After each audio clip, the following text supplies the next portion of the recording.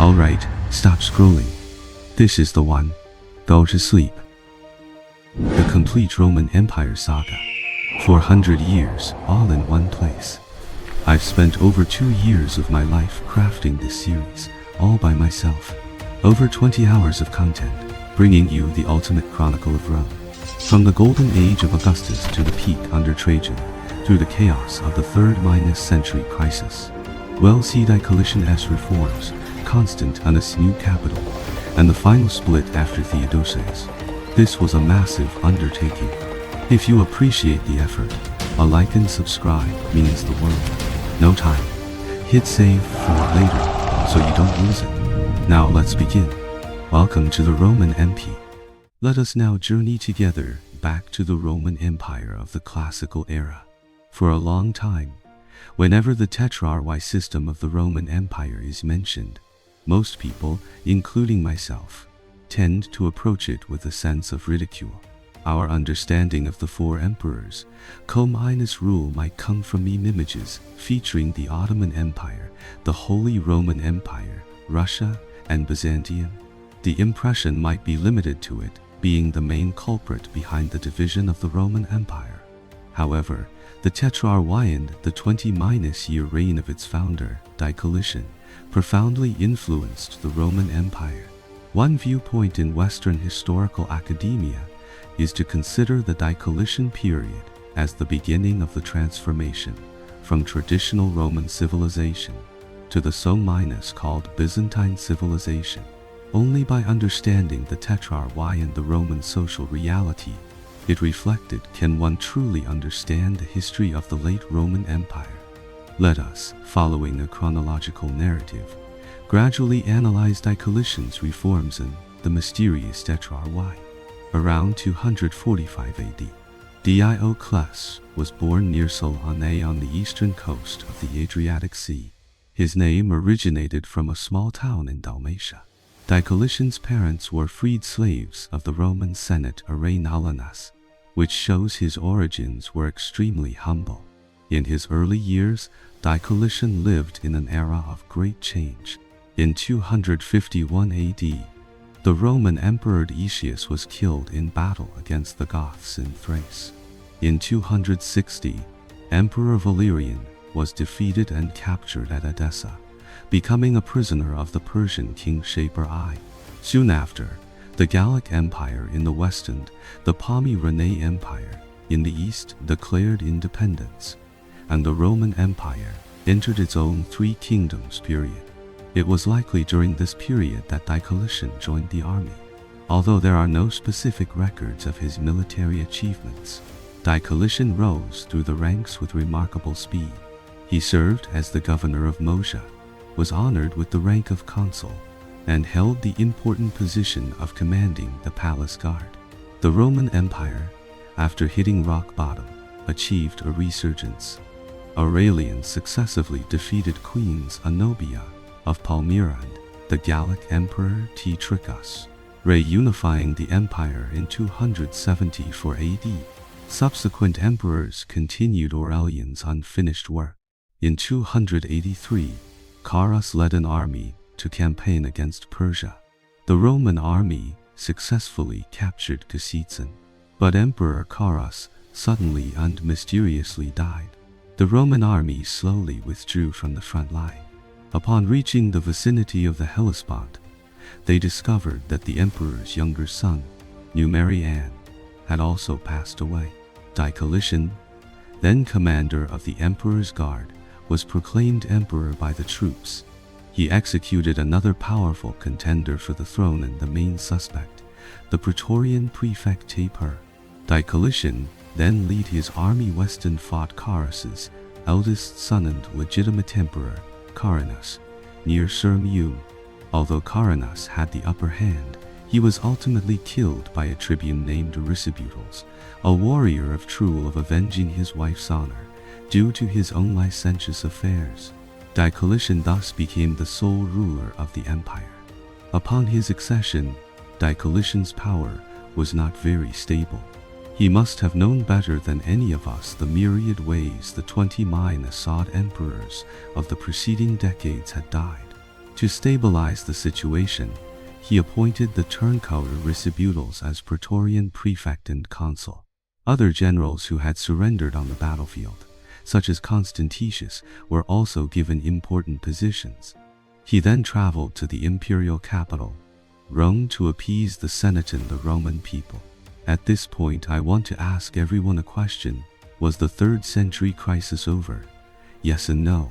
In terms of historical periodization, Diocletian's unification of the empire marks the end of the 3rd century crisis. But in real history, Diocletian could not avoid any of the difficulties the Roman Empire faced during the crisis. From a political and military perspective alone, every land border of the Roman Empire faced the risk of invasion.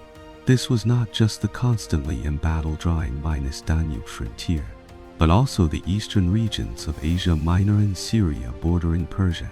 Even in the seemingly peaceful regions of the Levant, Egypt, and North Africa, desert barbarian tribes were constantly growing in number. It was not just the threat of foreign enemies. The empire's interior was rampant with bandits. Local governors and army chiefs were restless. They were always ready to emulate their predecessors from the 3rd century crisis, to emerge at the right moment and crush the newly established Diocletian, just like the short-lived monarchs before him. Diocletian's personal ability was undoubtedly excellent, but there are few records of him personally commanding battles. His only notable victory was owed to his opponent's romantic karma. It is unlikely he could have matched Aurelian's ability to campaign on all fronts and be present on every battlefield. Moreover, Aurelian's ultimate fate was clearly not what Diocletian wanted. Therefore, to better cope with threats from all directions and to protect his own safety, in late 285 AD, Diocletian appointed his childhood friend, Maximian, an Illyrian peasant from Sirmium and an excellent general, as Caesar. 4 years later, he elevated him to Augustus, officially beginning the history of the empire's division of rule. Maximian did not disappoint Diocletian.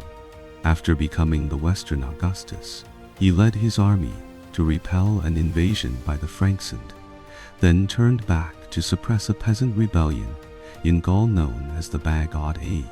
Diocletian, meanwhile, signed a peace treaty with Sasanian Persia that was favorable to Rome. To further consolidate their power, Diocletian introduced theological concepts. He himself was called Jovius, after the chief Roman god Jupiter, while Maximian was called Herculeus, after Hercules, the assistant to the chief god Jupiter. Subsequently, Diocletian took command of the Danube legions and repelled barbarian attacks along the Danube. Maximian, in the west, successfully defended the Rhine frontier. However, the western naval commander, Carausius, suddenly rebelled and established his own rule. The Roman Empire temporarily lost the region of Britain and the coast of Gaul. Carausius sought a status similar to Maximian's from Diocletian, but was flatly refused. In 288, the two emperors defeated an Alemannic invasion in Raetia and then held a meeting. The following year, a grand wedding was held in the empire. Maximian's daughter, Theodora, married the general Constantius, and Diocletian's daughter, Valeria, married Galerius. The preliminary political moves were finally complete. On March 1, 293, on the traditional festival of Mars, Constantius was appointed Caesarian successor to Maximian. Galerius became Diocletian's successor. A structure similar to a co-minus rule of senior and junior emperors emerged. The 4 emperors' respective areas of rule were also specifically divided. Constantius ruled Gaul and Britain, with his capital at Trier on the Rhine. Maximian governed Africa, Italy, and Spain, with his capital at Mediominimalon at the southern end of the Alps. Galerius ruled Illyria and Greece, with his capital at Sirmium on the Danube. Diocletian governed Egypt, Syria, Asia Minor, and Thrace, with his capital at Nicomedia on the border of Europe and Asia. Although they had their own jurisdictions, the Roman Empire did not split. The two Caesars were subordinate to the two Augusti, and the Western Augustus, Maximian, was subordinate to Diocletian. At least in the first decade of the Tetrarchy's implementation, Diocletian could still fully control the empire's situation. The four emperors worked together, eliminating the warlord who had taken over Britain in the west and defeating the Persian Empire in the east. The border defenses were also generally stable. In various analyses of the Roman Empire, a widely accepted view is to divide it into the prince, the patent, the dominate periods, and Diocletian is the founder of the dominate. Why did the Roman Empire, which originally practiced the principate, suddenly give birth to the Tetrarchy system of four emperors ruling together, and then develop into the dominate? In Edward Gibbon's The History of the Decline and Fall of the Roman Empire, there is no mention of the word Tetrarchy. Gibbon summarized the history of the four emperors. Co-minus rule as a special arrangement established by Diocletian based on his personal reason and practical goals. This obviously partially exaggerates the role of the individual in history. It was not until modern times that Tetrarchy became a formal historical term, combining historical facts and the views of some scholars. The emergence of the Tetrarchy can be attributed to the following reasons. First, the Roman army's constraint on imperial power was unprecedentedly strong. During the 3rd century crisis, it even dominated the appointment of emperors. The Illyrian military group, after Gallienus's reforms, monopolized the selection of emperors. The rise of the army completely shattered the authority of the Senate. The soil for the principate no longer existed, and the military forces did not recognize the hereditary monarchy of blood relatives, preferring capable military commanders. Thus, a system different from the principate monarchy, yet able to satisfy the interests of the military group, the Tetrarchy, was born. The four emperors all came from the military group and had no blood relations, which was undoubtedly a choice that fit the times. Second, with the decline of the Roman Empire's slave-based economy, economic exchange within the empire greatly decreased. The trend of local self-sufficiency gradually strengthened. Correspondingly, the Roman provinces developed an increasingly strong centrifugal force. The probability of local warlords emerging also became higher. At the same time as the combat effectiveness of the Roman army generally declined, barbarian invasions from all directions became more and more intense. The strength of the Sasanian Persia in the east also far exceeded that of the previous Parthian dynasty.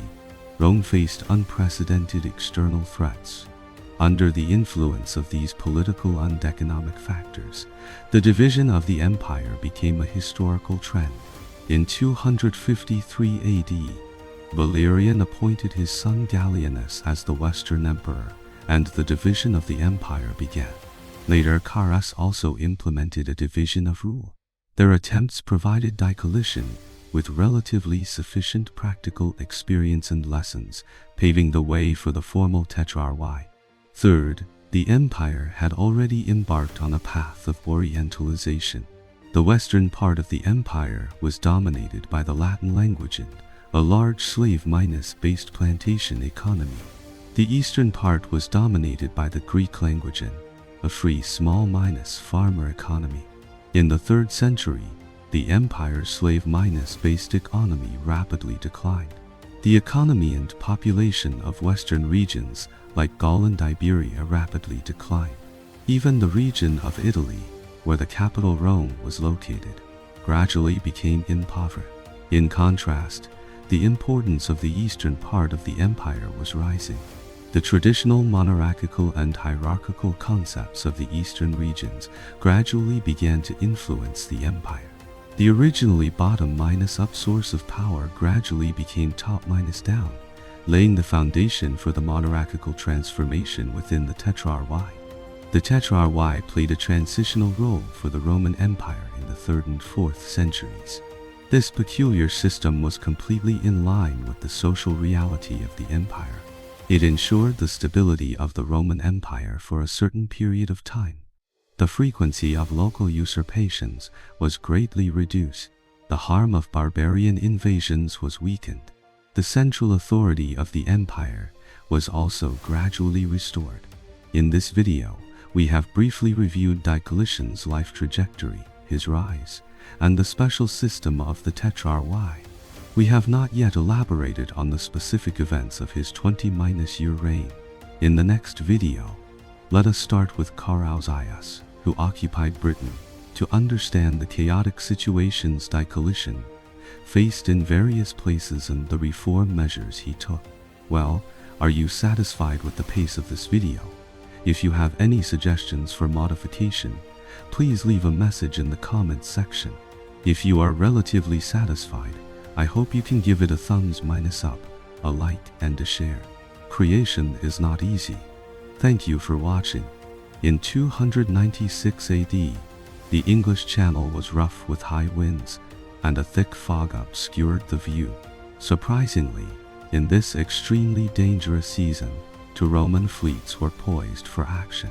One was led by the Western Caesar, Constantius, preparing to land at the mouth of the Thames and march directly on Londinium. The other, a detached fleet led by the naval commander Asclepiodotus, was to divert the enemy's guards to ensure the safe landing of the main fleet.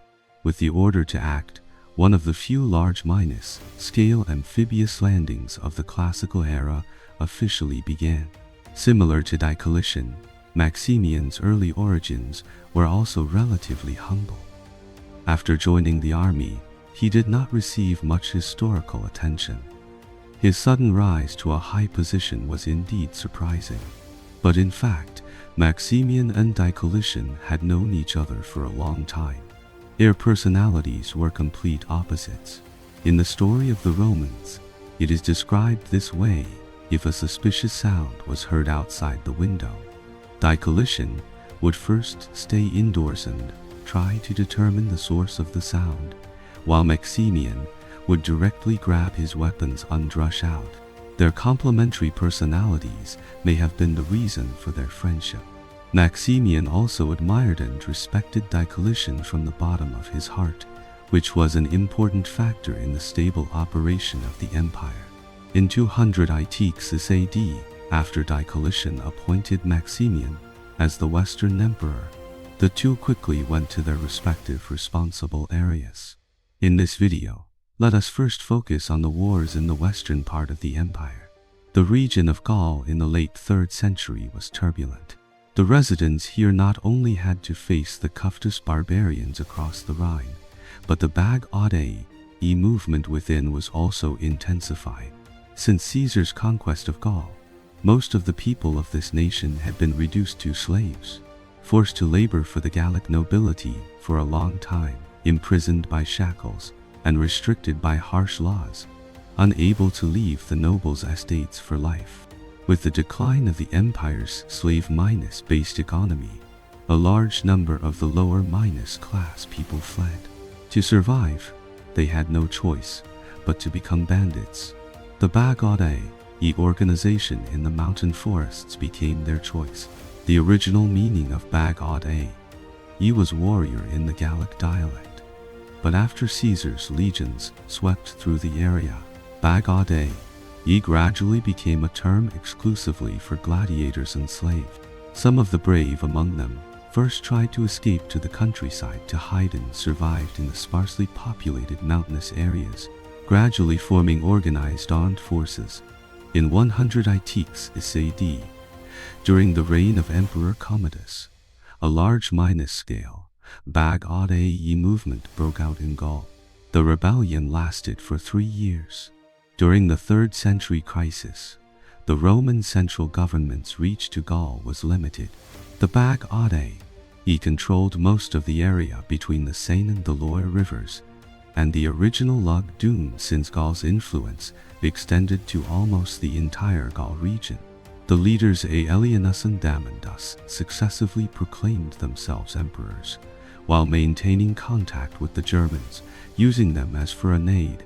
Faced with this complex situation, Maximian chose to pacify the interior before dealing with the exterior.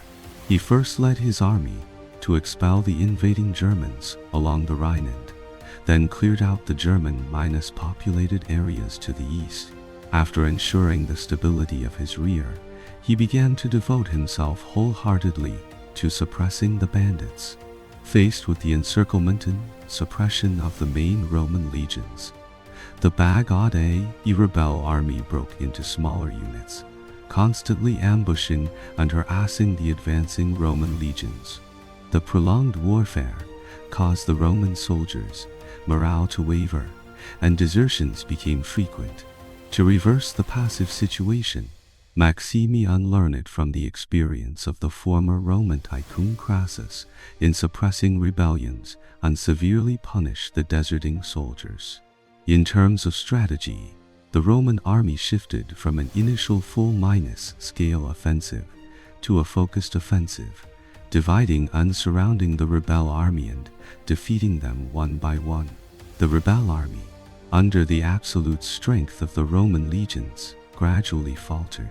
In 287 AD, the remnants of the Bagaudae retreated to a fortress on the Marne River. Besieged from within and without, Maximian finally captured it.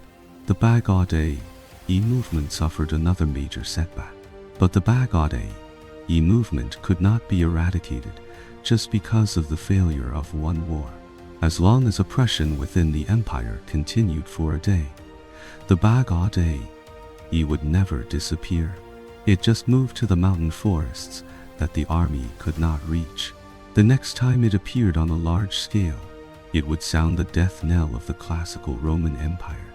After basically pacifying Gaul, Maximian crossed the sea to North Africa to deal with the invasion of local desert tribes. The people of North Africa saw a Roman emperor again after several decades. The last time an emperor visited North Africa was the homecoming Severus in the self-proclaimed Emperor Gordian I. The emperor's personal presence to expel the desert nomads was naturally doubly efficient. Just as Maximian was returning in triumph, shocking news arrived. The imperial naval commander, Carausius, had rebelled and established his own rule, occupying the whole of Britain and a large part of northern Gaul. During the reign of Probus, Frankish fleets had ravaged the empire's seas. To counter the increasingly rampant pirates, the empire established a naval patrol on the Atlantic coast of Gaul, with its headquarters at the port of Boulogne, commanded by Carausius. He was a Menippean of humble origins, skilled in navigation and brave in battle. However, he became a receiver of stolen pirate goods, letting the pirates plunder the people, but then pursuing them and pocketing the wealth. When Maximian learned of his actions, he prepared to execute him. But Carausius got the news first and rebelled in Boulogne, then swept through northern Gaul. To gain a more stable base, Carausius led his fleet to Britain. Britain, isolated and helpless, quickly surrendered. Carausius thus occupied a large territory and proclaimed himself Augustus. After proclaiming himself emperor, Carausius sent a message to Diocletian: "Since you have already appointed one Augustus, why would you mind appointing one more? If the army general Maximian can be emperor, why can't I, an able general, you, brother, be the senior emperor, and I, your younger brother, will be the junior emp? Our Rome will surely be revived." Diocletian, of course, would not agree to such an unreasonable request. Maximian would not tolerate another emperor in the region he was responsible for. In 288 AD, Maximian launched an northern expedition. The Roman legions reached the Atlantic and controlled the original Boulogne area, but they lacked ships and sailing experience. In 289, newly launched ships, full of Roman soldiers, left the port of Boulogne and landed in the Dover area. But they were hastily prepared and exhausted from the voyage. They were soon annihilated under Carausius's counterattack.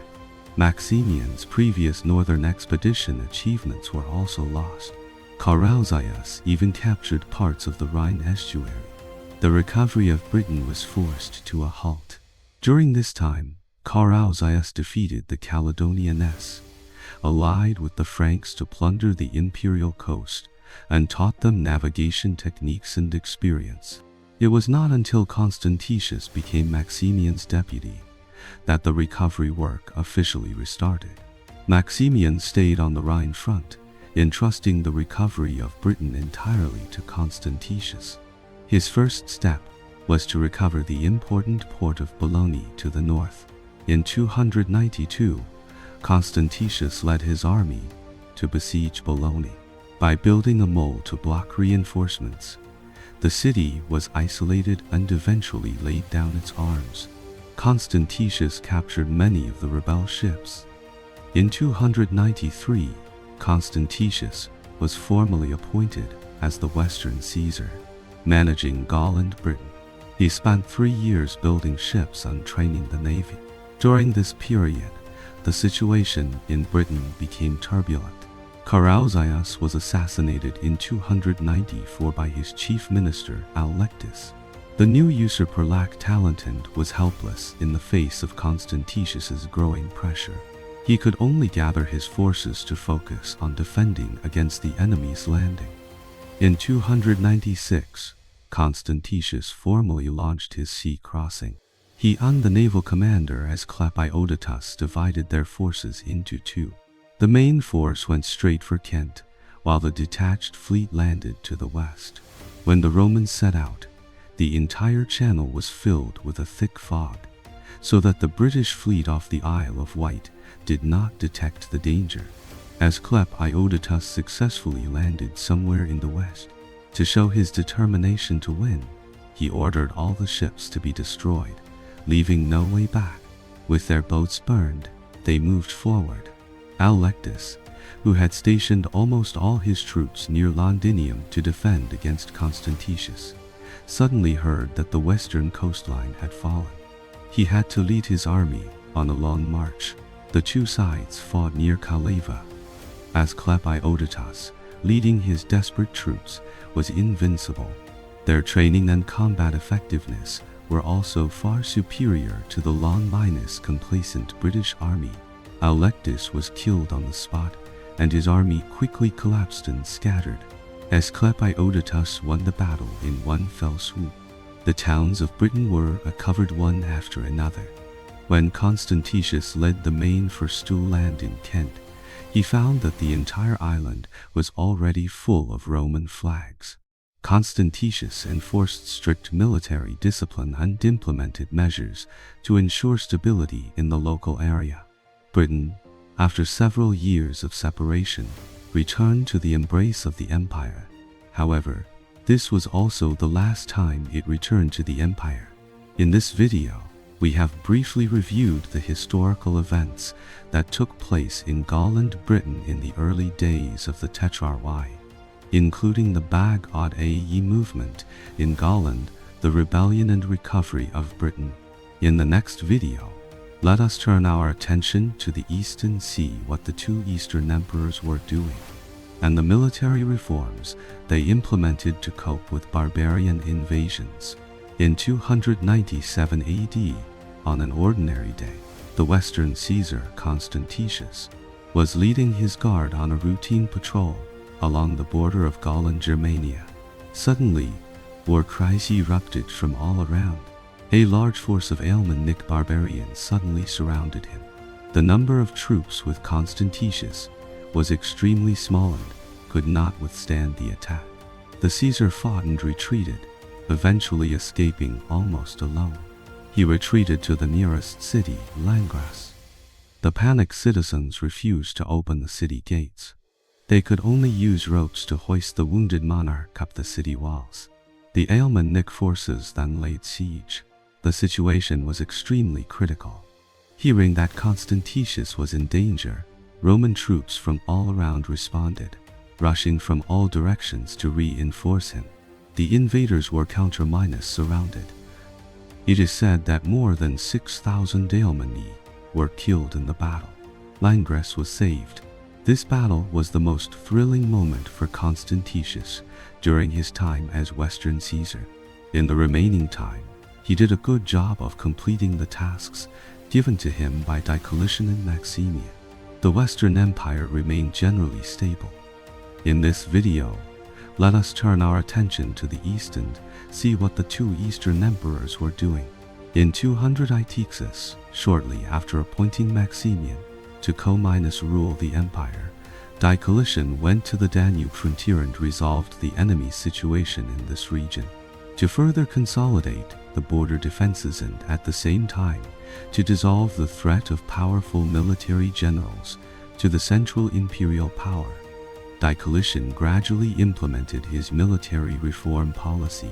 The first step of the reform was decentralization. He stipulated that provincial governors should be civilians, while military commanders would command the armies of several provinces. In conjunction with the provincial reforms of the same period, military command was separated from administrative management, so that the army lost the support of local administrative institutions and thus relied on the central government. The second step was to reform the army's strategy and tactics. He adopted a strategy of defense in depth as the basic strategy for the empire's border defense. He divided the Roman army into border troops and field armies. The border troops were responsible for garrisoning the fortresses in the border areas, effectively blocking the invasion of small enemy forces. If they encountered a powerful enemy, the field army stationed in the heart of the empire would be sent to the rescue. And this field army was first formed by Emperor Gallienus during the 3rd century crisis, mainly composed of cavalry. The proportion of cavalry in the Roman army gradually increased. In terms of the number of troops, the size of the imperial army also increased with the increase in the number of emperors. In simple terms, the military strength doubled from the original 300,000, thus ensuring the security of the border areas. Through these two reforms of the military system, Diocletian ensured the stability of the frontier during his reign and even for decades after his death. But the intensification of the border crisis caused Diocletian's efforts to fail. The surging great migration of peoples formed an alliance of aggression, combining the characteristics of Roman military with the advantages of nomadic military. The Roman border defensive eventually collapsed completely, but at least at the end of the 3rd century, the Danube frontier gradually stabilized under the military reforms. Diocletian thus had the energy to go to the east to plan negotiations with Persia.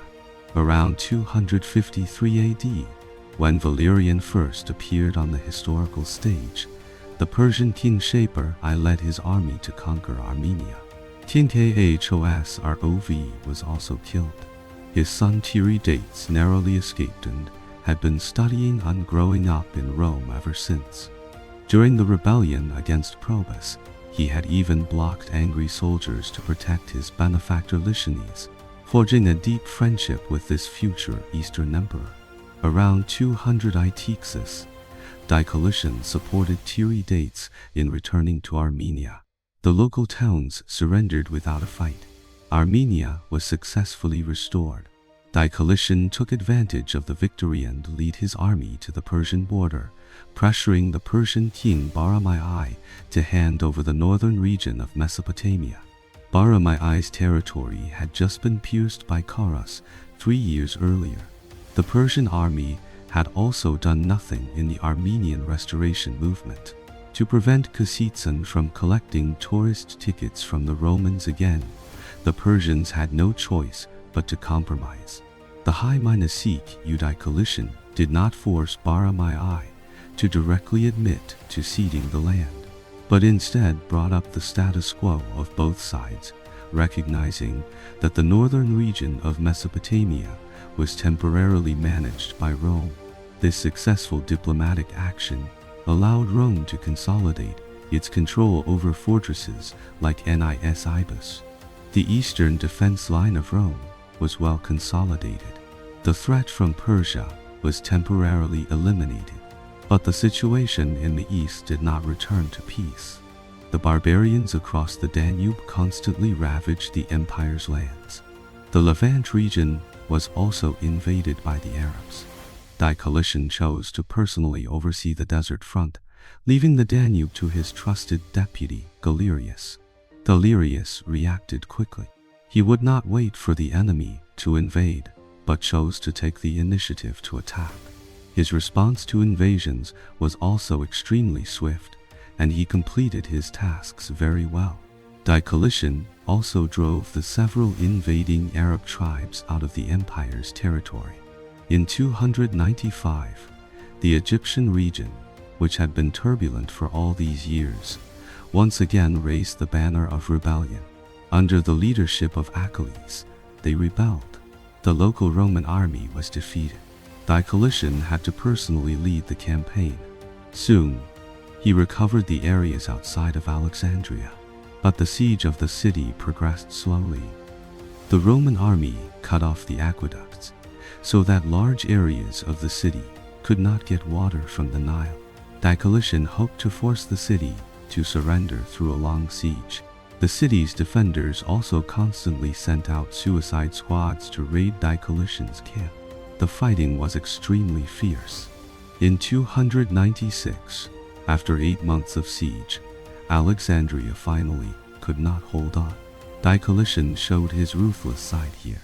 Not only the main city of Alexandria, but also many other Egyptian cities were brutally plundered by the Roman army as punishment for the Egyptians' disloyal behavior.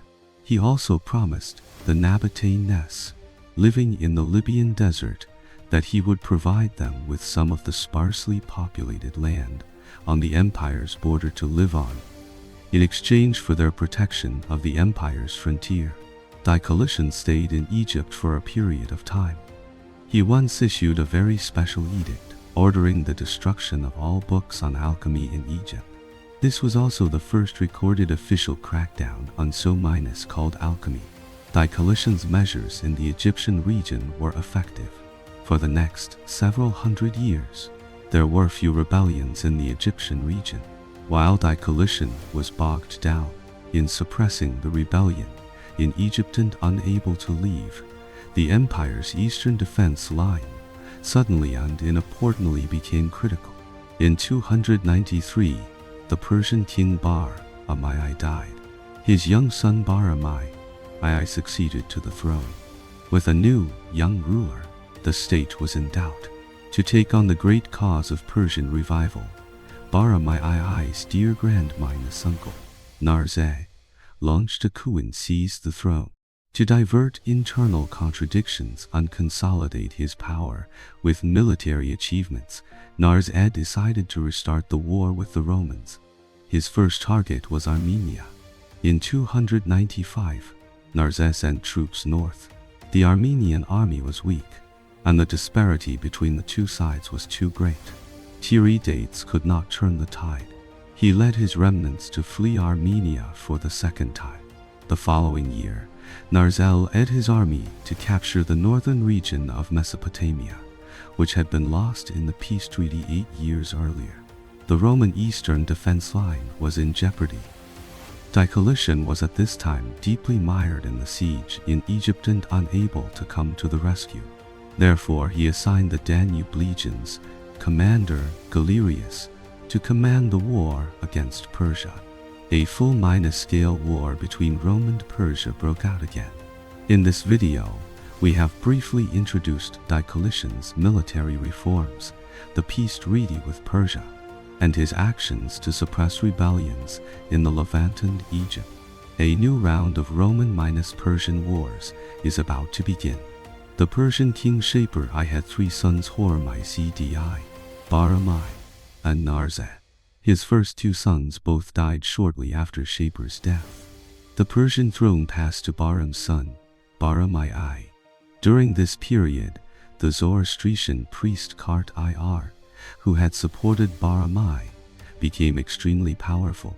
In 293, Bar-Amai died, and his son Bar-Amai succeeded to the throne. Kartai and other nobles supported Shaper's youngest son, Narza, to overthrow the young king. After the event, Kartai sought the position of governor of Armenia from Narza. Narza himself was a natural-born warmonger. The two sides hit it off. The Roman-Persian border, which had been quiet for several years, was once again engulfed in war. In 296, the new Persian ruler Narzal led his army north, easily defeating the forces of the Armenian king Tiridates. He then sent troops to Mesopotamia. The Mesopotamian powder keg changed hands again. Diocletian had just finished suppressing the rebellion in Egypt, so he dispatched the eastern Caesar, Galerius, to confront the Sasanian Persian invasion. In the previous few years, Galerius had achieved great military success along the Danube. The barbarians were like startled birds under his attack. He was highly regarded by Diocletian. Upon receiving the order, Galerius set out in a hurry, rushing to Antioch to meet with Diocletian, who had also traveled day and night. Without resting, he set out with the local garrison. Galerius's reckless character flaw was fully exposed at this time. On the way, the remnants of Tiridates' forces joined the marching column. The combined Roman-Armenian army then crossed the Euphrates to find the main Persian force. The two sides fought two battles in northern Mesopotamia with no clear winner. But because of the hasty situation, Galerius did not have many troops on hand and could not withstand continuous attrition. Narses seized the opportunity and pressed hard. The two sides fought at Kal-Anai near Kartae. The plain where they fought was 60 miles long, extending from the mountainous Kartae to the Euphrates. It was a desolate, barren, and flat desert without a single hill or tree, and no drinkable water. Such terrain was obviously suitable for Persian cavalry operations. Just like the battle several centuries ago, the Roman side was mainly infantry, and the Persian side was mainly cavalry. Not only was the composition similar, but the course of the war was also like a historical reenactment. The Persian horse archers used long-range output to continuously strike the combined Roman and Armenian forces. The harsh environment greatly limited the mobility and combat effectiveness of the Roman army. The Roman infantry was exhausted by the heat and thirst. The Persian cavalry gradually moved to the flanks. The Romans could not mount an effective counterattack and could only watch as they were surrounded and annihilated. Compared to Crassus's disastrous battle of Kartae, the commanders of both Rome and Armenia managed to escape. Galerius successfully broke through and fled straight to Antioch. The Armenian king's journey was even more perilous. He broke through to the west until he reached the banks of the Euphrates. His horse was wounded, the pursuing enemy was close behind, and the river blocked his path. Tiridates, wearing heavy armor, relied on his own powerful physique and perseverance to swim across the half-mile wide river and finally escaped. The remaining Roman and Armenian troops were not so lucky. They were eventually annihilated in a joint slaughter by the Persian cavalry. The crushing defeat of the Roman army at Kal-Anai seemed to bring people back to the suffering the Roman people faced after Valerian's defeat at Edessa 30 years earlier. Narza did not miss the excellent opportunity. He took advantage of the victory to cross the Euphrates, invading and plundering the Roman regions of Syria and Asia Minor. Diocletian was furious when he learned of the defeat. Galerius, wearing the purple robe, with a face full of shame and apology, walked on foot behind the emperor's chariot for a mile before receiving Diocletian's reluctant forgiveness. Galerius was given a chance to redeem himself. The troops he had previously led were mostly weak Eurasian units.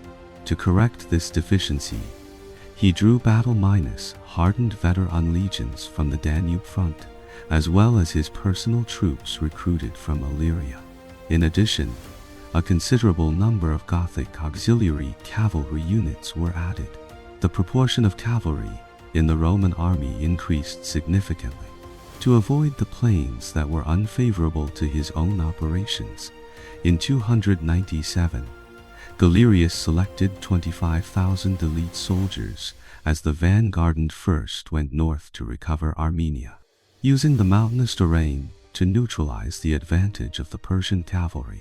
The Armenian people naturally favored their king and hated the Persians. Galerius made smooth progress in Armenia. The populace welcomed him with open arms. This vibrant scene of everything coming to life was right before their eyes. Narzeh, hearing that Armenia was lost, hurriedly led his army to the rescue. The two armies met unexpectedly at Sadullah. The detailed description of the deployment of the two armies has not been preserved, but it is certain that the battle at Sadullah was a surprise attack. Galerius, with great courage, chose to set up camp not far from the Persian camp. The local Armenian people also supported the Romans, helping them to hide their movements and providing false information to confuse Narzeh. Galerius, to hide his intentions and achieve the effect of a surprise attack, took only 2 horsemen with him to secretly reconnoiter the position and condition of the enemy camp. The previous continuous victories had made the Persians complacent and lax. Galerius took advantage of his opponent's psychology and decided to launch a surprise attack at night. Xenophon once wrote that their horses were all tied by their feet with wooden clamps to prevent them from running around. If an emergency occurred, the Persians had to first arrange the horses' harness, put on the bridle and reins, and put on their armor before they could mount their horses. Late at night, Galerius gave the order to advance. He first sent the fierce Gothic cavalry as the vanguard. The unexpected attack instantly threw the Persian camp into chaos. The panicked Persian army barely formed a defensive formation, but was completely shattered in the subsequent attack by the Roman main fort. They fled the camp and ran south. The Persian king, Narzeh, barely escaped with his life. Several of his wives, sisters, and children who had accompanied him were captured. The remaining Persian legions were massacred in the dark. The gold, silver, and jewels captured by the Romans were countless and dazzling. The historian Ammianus Marcellinus gave this vivid description: a Roman soldier found a beautifully decorated leather bag filled with Persian pearls. The soldier, thinking the contents of the bag were worthless, eventually only kept the bag that held the pearls. This shows the richness of the captured supplies and the severity of the Persian losses.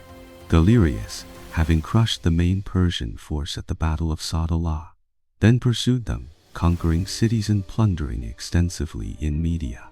He then crossed the Tigris to the west, captured Den-is-Ibis, and then completely recovered the northern region of Mesopotamia that had just been lost.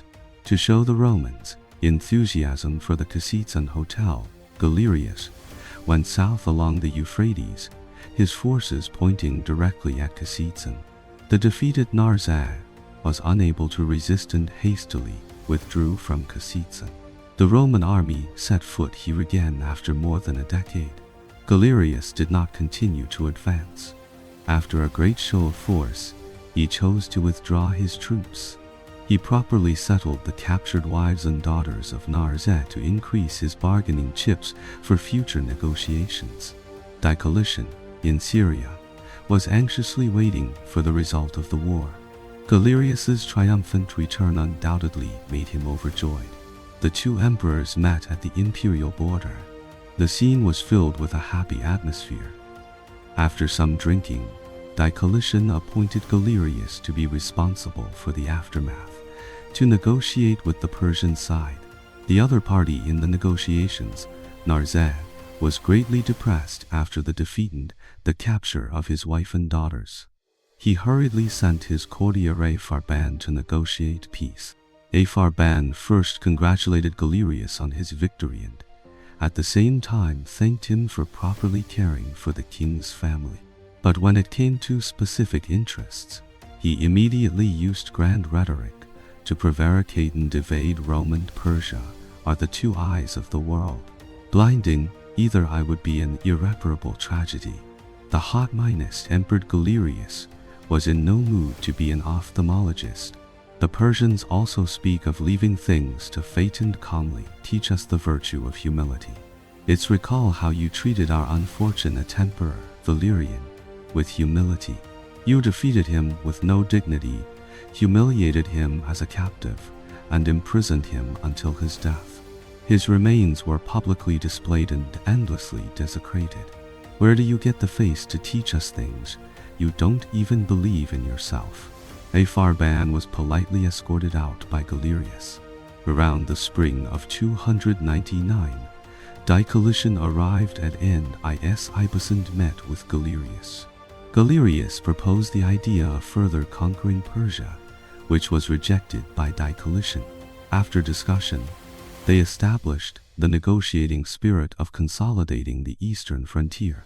Diocletian then immediately sent his secretary, Corius Probus, as an envoy to Persia.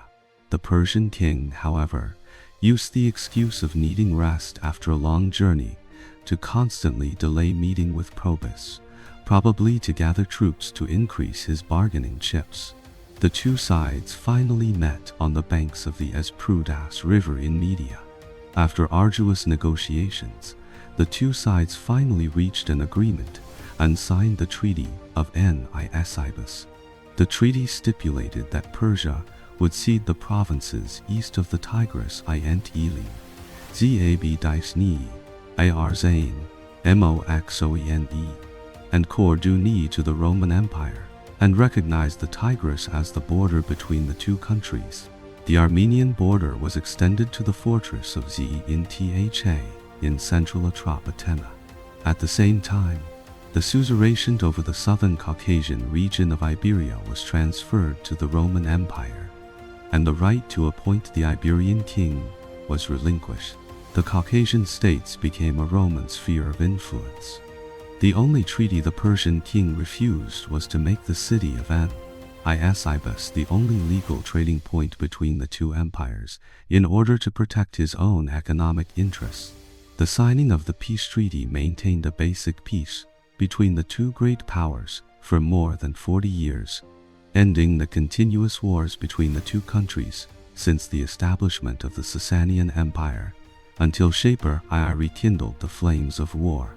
In this video, we have focused on the ins and outs of the Roman-Persian War during Diocletian's reign and the two important battles in it: the Battle of Kal and Icum and the Battle of Sadallah. Next, let us return from military affairs to domestic politics and continue to delve into the economic and political reforms carried out by Diocletian. In 299 AD, Rome and Persia signed the Treaty of Nisibis. The war between the two great powers once again came to an end. The four emperors of the empire, after fighting on at least 6 fronts for more than a decade, finally welcomed a relatively stable situation. The aftershocks of the 3rd century crisis gradually subsided. Diocletian's workload was shared by his 3 deputies, giving him the energy to carry out bold reforms in the empire. These reform measures were an important turning point in the transformation of the Roman Empire into its late phase and also paved the way for Constantine's reforms. In this video, let us first look at Diocletian's provincial and tax reforms.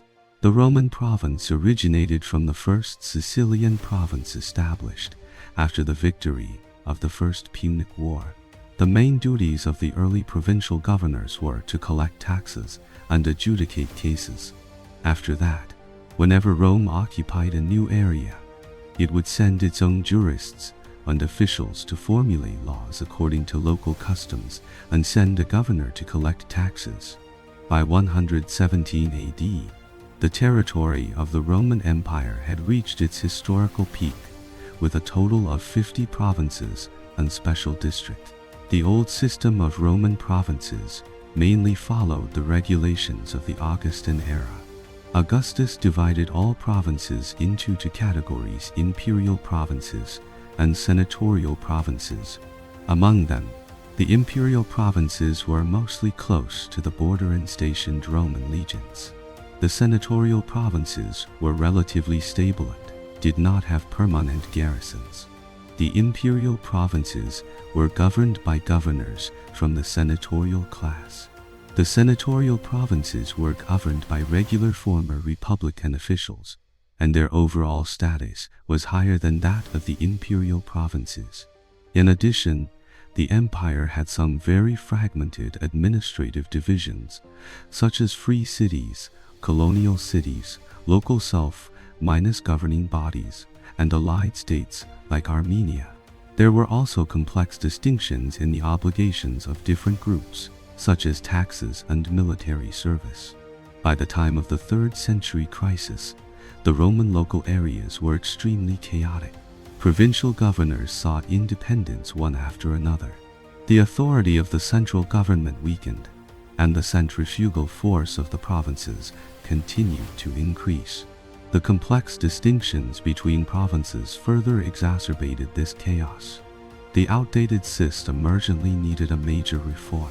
Since Diocletian unified the empire in 285 AD, a large scale administrative system reform began to be gradually implemented.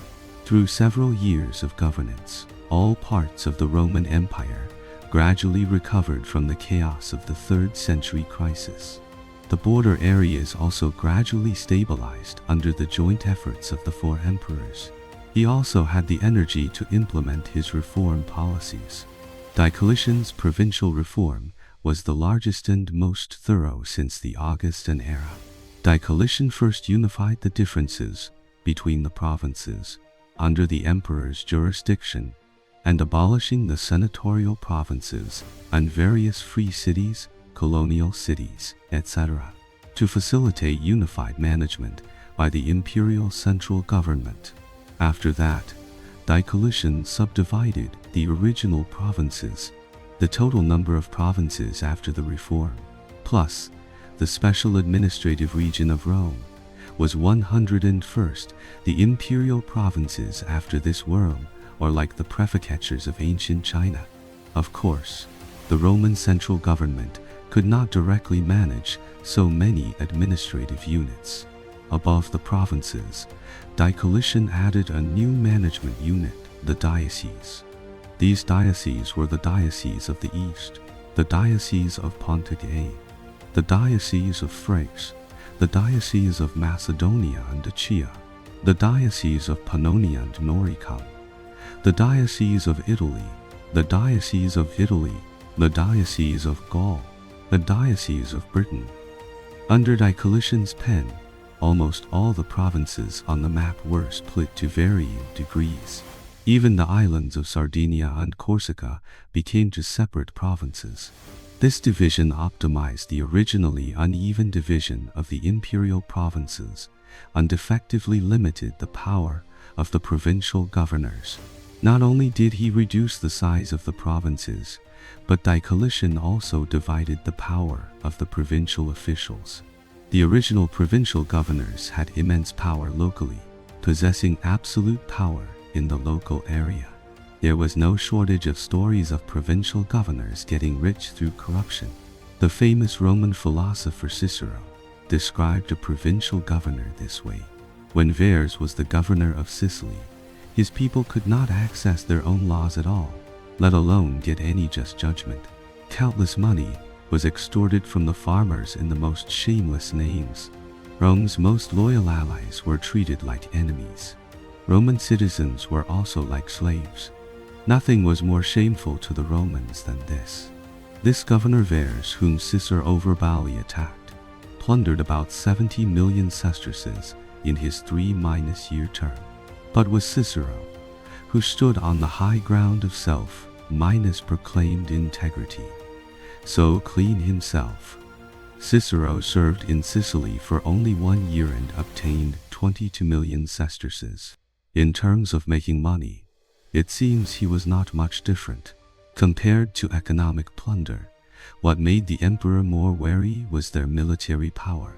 The Roman emperors Vespasian and Severus both rose from the position of provincial governor to curb the predatory behavior of local officials and resolve the crisis of imperial division. Diocletian chose to divide the provincial power into two, establishing separate civil and military officials. Is this not somewhat similar to the operation of the early Ming dynasty Xu Yuanzhan, who divided the provincial power of the Yuan dynasty into three, establishing the Provincial Administration Commission, the Regional Military Commission, and the Provincial Surveillance Commission? Since Caracalla had already extended Roman citizenship to all free inhabitants decades earlier, the existence of these autonomous cities, which were used to distinguish whether one had citizenship and did not pay taxes, became very unreasonable. Abolishing them not only reflected equality, but also increased the tax base, becoming a historical necessity. The above reform policies were gradually implemented during Diocletian's reign. The progress of reform varied in different places. For example, the reform of the British provinces only gradually began after their return in 297 AD. Diocletian's provincial reforms produced many positive effects. In conjunction with the reform of the military system, the authority of the Roman central government was revived after the chaos of the 3rd century crisis. The Roman imperial power was consolidated. The originally powerful provincial governors had their military power managed by specialized generals, but the military generals could not control civil affairs. In this way, they lost the material and economic support for rebellion. The most direct manifestation was that after Diocletian's abdication, when the emperors of the Roman Empire suddenly fell into civil war, almost none of them came from the grassroots of the provinces. The borders of Rome also remained relatively stable at the end of the 3rd century and for the next few decades. From a national macro perspective, such a reform was undoubtedly successful. But when we look down, we will find many drawbacks. The number of provinces increased, and the number of provincial officials also doubled.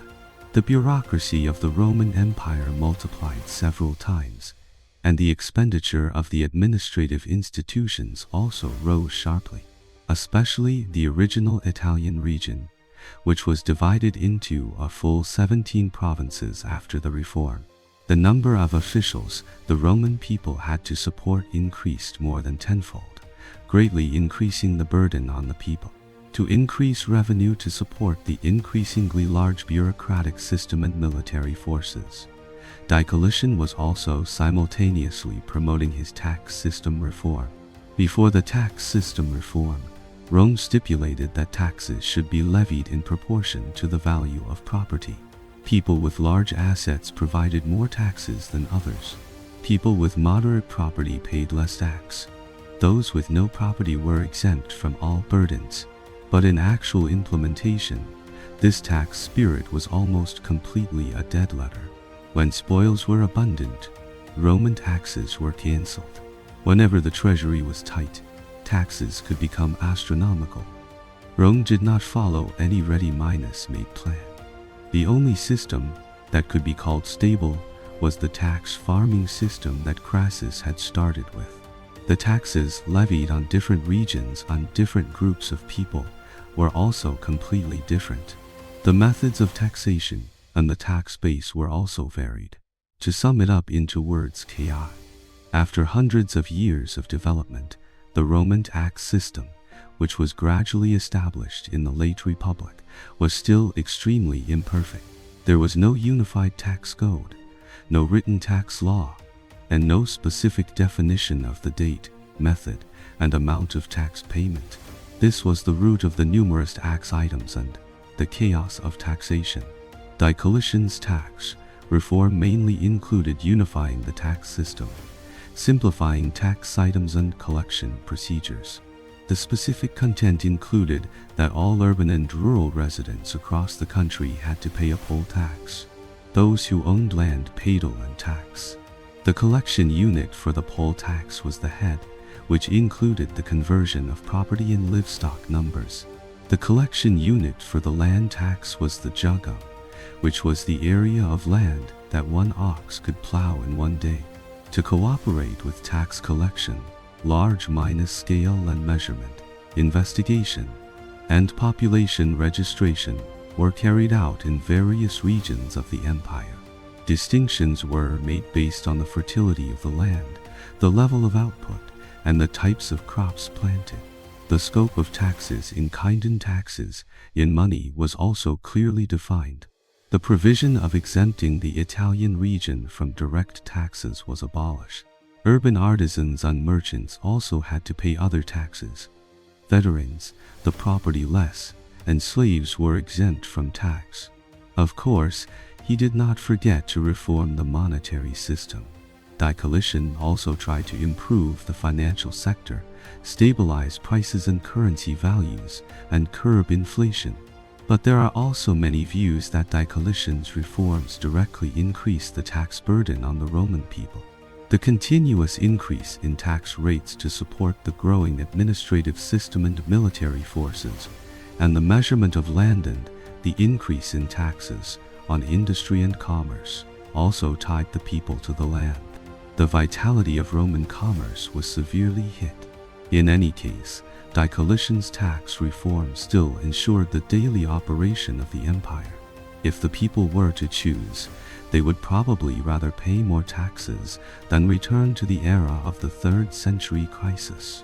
With the pacification of military mutinies and the Persian War, and the gradual formation of Diocletian's reform measures, the Roman Empire welcomed the end of the 3rd century and the dawn of a new era. Looking back at the beginning of the 3rd century, Emperor Severus fought on the British frontier until his death. The emperors of the Sever and family rose and fell one after another. Then came the climax of the 3rd century crisis, with a revolving door of emperors. The Illyrian emperors turned the tide. The empire finally welcomed a rare period of peace in the hands of Diocletian. In 300 AD, Diocletian had been emperor for 16 years. The 55-year-old, although he had achieved much, was also aging. How to maintain the system he had established after he left became the primary issue for the empire. After he was gone, could Rome firmly follow the path he had designated? In the next video, let us welcome the end of Diocletian's imperial career. On May 1, 305, on a plain near the city of Nicomedia in the Roman Empire, the abdication ceremony of the Roman Emperor Diocletian was held. Diocletian ascended a high throne and, in a speech full of reason and solemnity, announced his intention to abdicate to the crowded soldiers gathered for the occasion. After he took off the purple robe, he got into a curtained carriage and, under the caring eyes of the crowd, left, heading straight for his chosen retirement spot, his hometown of Dalmatia, without delay. At the same time, according to the previous agreement, the Western Augustus Maximian also announced his abdication in Milan. The Tetrarchy system carried out its succession procedure for the first time. Diocletian, like the ancient Roman sage Cincinnatus, made a feat that is hard to find in world history. His noble character is worthy of being a model for learning even today. Why did Diocletian voluntarily abdicate? What stories happened in the last few years of his reign? In this video, let us walk through the last 5 years of Diocletian on the throne. In the first 10+ years of his reign, Diocletian successfully broke the curse of the short-lived Roman emperors of the 3rd century crisis. The Roman Empire under the 4 emperors operated in an orderly manner. To celebrate the series of victories the empire had achieved and also to display the empire's prestige, in November 303, Diocletian and Maximian held a triumphal procession in Rome. The spoils of war from Africa, Britain, the Rhine, the Danube, and the Nile frontiers, followed by models of the important regions conquered in the Persian War. Soldiers carried models representing rivers, mountains, and provinces, walking in front of the emperor, Portraits of the captured wives, sisters, and children of the Persian king were also included. Although this ceremony was extremely glorious, the Romans at that time would not have thought that in the future, Rome, with the decline of the empire, would be increasingly marginalized. Gibbon wrote in his book, "This was the last triumph that Rome ever beheld." Soon after, the emperors ceased to vanquish, and Rome ceased to be the capital of the empire. None of the 4 emperors of the Tetrarchy resided in Rome. Milan and Nicomedia also developed rapidly, becoming second only to large cities like Rome and Antioch. Of course, before Constantine built Constantinople, whether for political purposes or emotional attachment, Rome was still the undisputed capital of the empire. Diocletian stayed in Rome for no more than 2 months during the triumphal ceremony. Now all that remained in Rome was the declining Senate, and Diocletian was already prepared to deliver the final blow to them. During the 3rd century crisis, the Senate, amidst the flames of war, was no longer a national institution with significant political influence. But a starved camel is still bigger than a horse. The emperors could put pressure on the Senate, but they could not ignore it. The edicts they issued had to be approved by the Senate. Even their accession had to be approved by the senators. After Diocletian's accession, he deprived the Senate of its political rights. All national political issues were no longer submitted to the Senate for discussion. The Senate lost its last political significance. All administrative positions related to the republican system, such as consul, censor, and tribune, became honorary titles. All political power was concentrated in the hands of the emperor, the bureaucracy headed by the emperor. Strengthening imperial power required not only abolishing the Senate, but also dealing a heavy blow to another force, the Praetorian Guard. Diocletian was all too familiar with the Praetorian Guard's method of succession. He himself had risen to the top this way, unnaturally needed to prevent others from emulating him. Diocletian adopted a step-by-step approach. He imperceptibly reduced the number of Praetorians and cancelled their privileges. Their positions were also replaced by 2 loyal Illyrian legions, named the Jovian and Herculean legions, designated to serve as the emperor's guards. The power of the Praetorian Guard was greatly weakened. They could no longer be as arrogant as they were decades ago, even holding an auction for the throne. With the increasing control over the forces that influenced imperial power, the Senate, the Praetorian Guard, local provinces, and border armies, Diocletian's new monarchical system gradually emerged. The transformation of the Roman emperor into a monarch was first reflected in the change of title. From the original Augustus, representing the princeps or first citizen of the empire, it was changed to Dominus, meaning master. The word emperor, which originally had a military nature, evolved to have a meaning of subservience. The earliest relationship expressed by Dominus was not that of a subject to a sovereign or a soldier to an officer, but the address of a household slave to a master who held absolute power. From the Augustan era to Diocletian, Roman emperors would informally converse with citizens. The etiquette used towards them, to show respect, was no different from that used towards senators and officials. The only special thing about the emperor was that he wore a purple robe or military uniform. But since Diocletian's reforms, the emperor wore robes woven with silken gold thread, and his shoes were also inlaid with precious gems. Due to the increase in procedures and ceremonies, it became extremely difficult to have an audience with the emperor. All passages in the palace were strictly guarded by courtiers. The inner chambers were patrolled by eunuchs. Therefore, the number and power of eunuchs increased day by day. Even if a subject could finally see the emperor, regardless of their rank, they had to prostrate themselves on the ground, call him Dominus according to Eastern custom, and perform obeisance. The Roman emperor changed his previous approachable image and gradually became mysterious and noble. As we said in the first video, such a reform was not a simple creation of Diocletian personally, but the result of the greatly increased importance of the eastern part of the empire. Diocletian's enhancement of the emperor's authority became an important part of the transformation of the Roman prince, apate into the dominated, also laid the foundation for the later establishment of the Constantinian dynasty. After the triumphal ceremony, Diocletian hastily left Italy untraveled east through the Illyrian provinces. The harsh weather and the fatigue of the journey caused him to contract a chronic illness.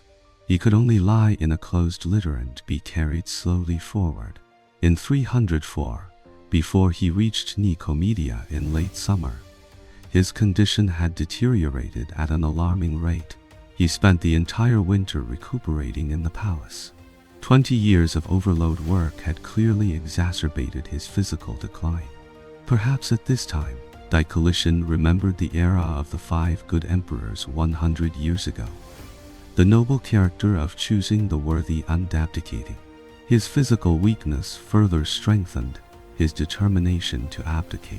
In 305, like Cincinnatus of ancient Rome, Diocletian unexpectedly voluntarily resigned from the position of emperor and, together with Maximian in the west, retired to the countryside. Diocletian went to his hometown of Dalmatia, to the palace of Diocletian in Solane, and entered his retirement life. For the future of the empire, Diocletian placed his hopes on the Tetrarchy system he had created to continue to operate smoothly. But without Diocletian, the Tetrarchy lasted only a year before it began to collapse. But that is a story for the next series. Diocletian, who was born into a slave family and ascended to the highest honor, would spend the last years of his life as a commoner. Looking back on his life, the chaos of the 3rd century gave him the opportunity to rise. The successive deaths of Carus and his sons allowed him to soar. Born in chaos, but yearning for stability and peace, Diocletian did many things during his term. He carried out major reforms in all aspects of the Roman Empire. The results of the reforms are debated and controversial. Compared to other known emperors of the Roman Empire, Diocletian, who came after the 3rd century crisis and before Constantine, seems very mysterious. In my opinion, Diocletian ended the 3rd century crisis and created a century of stability for the empire. Overall, his merits outweigh his demerits. Helping in a time of need is as respectable as adding to a brocade. I wonder how everyone evaluates him after watching these few videos. Well, that's all for now about Diocletian and the Tetrarchy. In fact, the content about the religion and culture of the Roman Empire in this era is still rarely touched upon, and there will be many omissions. I may make 1 or 2 extra episodes later to supplement it. For the story of what happened to the empire after Diocletian's abdication, Diocletian's final end, and Diocletian's successors, the era of the man often called Constantine the Great, please look forward to the next series, the Constantinian dynasty.